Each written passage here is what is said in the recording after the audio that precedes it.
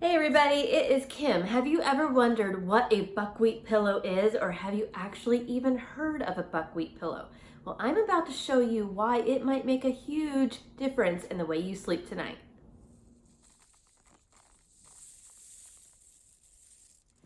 If you've never heard of buckwheat pillows, you're not the only one. It's a traditional Japanese pillow that uses buckwheat hulls inside to provide a very firm support, and actually it's used a lot for not traditional, but for proper spinal alignment.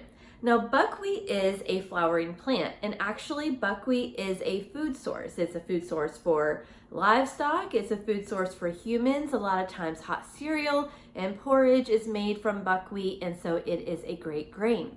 A buckwheat hull is the hard outer layer or shell of the buckwheat. So once it's harvested, all of those little shells can be used as filling for pillows. And I'm about to show you exactly what buckwheat hulls look like. This is what a buckwheat pillow looks like once you open it up. And these are the buckwheat hulls. They're hard, but they're not like what you think. They're not as big as you think. And see how they're cupped in there? They're kind of like not flat. That's what helps the air circulate so that it doesn't get really heated under your neck. It promotes more of a cooling sleep. And once you open it up, you can see, it's very natural material. Really actually quite interesting when you look at it. I wanted to put in perspective what a buckwheat pillow looks like compared to other pillows as far as thickness. And I'm actually going to show you the thickness. This is my favorite shade of lipstick. It's lead-free, by the way. So that is the thickness of a buckwheat pillow. Now, this is a 14 by 20 buckwheat pillow with 5 pounds of fill. So you can see it's not very thick. That's my hand. I don't know, my thumb. So it's really not that thick. But look at the standard size fiberfill pillow behind that. I'm not sure if that was an extra plush or not, but this is how they compare. So you've got the buckwheat, and then this is a standard fiberfill. All right, as I lay down, you can see, because it is so thin, that my spinal alignment is definitely very straight. If you think about the spine and then the neck kind of going like that, actually I'm a little bit tilted. So you could probably take out some buckwheat just however you need to. Now, as you can see, I've bunched it up, and so it's supporting my neck more and a little bit more of a straighter alignment. Now, this is something that your doctor might prescribe to you and might suggest, your chiropractor, that your neck and spine need to be more in alignment while you're sleeping to prevent any neck problems or something. So that is what a lot of people get a buckwheat pillow for, is specifically because it is so thin that you tend to lay a lot flatter than if you had that plusher pillow. And even if your head sinks in a little bit, you're still probably going to be angled up a little bit more, which doesn't give you that straight line. All right, so who should be buying one of these buckwheat pillows?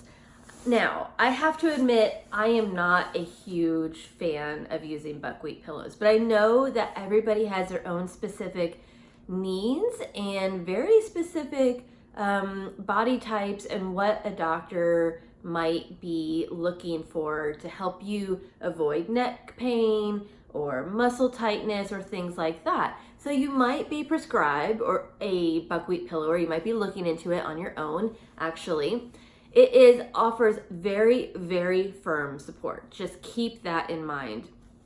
It is like you lay on it and it's a little bit soft, and then it's just like boom, firm. It's not giving at all, where it's going to be a lot different than traditional pillows that you're used to, where it's soft and fluffy.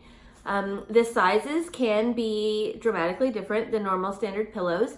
Traditional Japanese size is 14 inches by 20 inches. So be careful if you're ordering pillows, and I have a link below for some of the best ones, that you are getting a size that you are comfortable with, because otherwise your standard pillowcases might not be fitting this pillow, and you might be really, really again, surprised that it is as small as it is. It doesn't look that small when I hold it up like this, but if you put it next to another pillow, it actually does look quite small.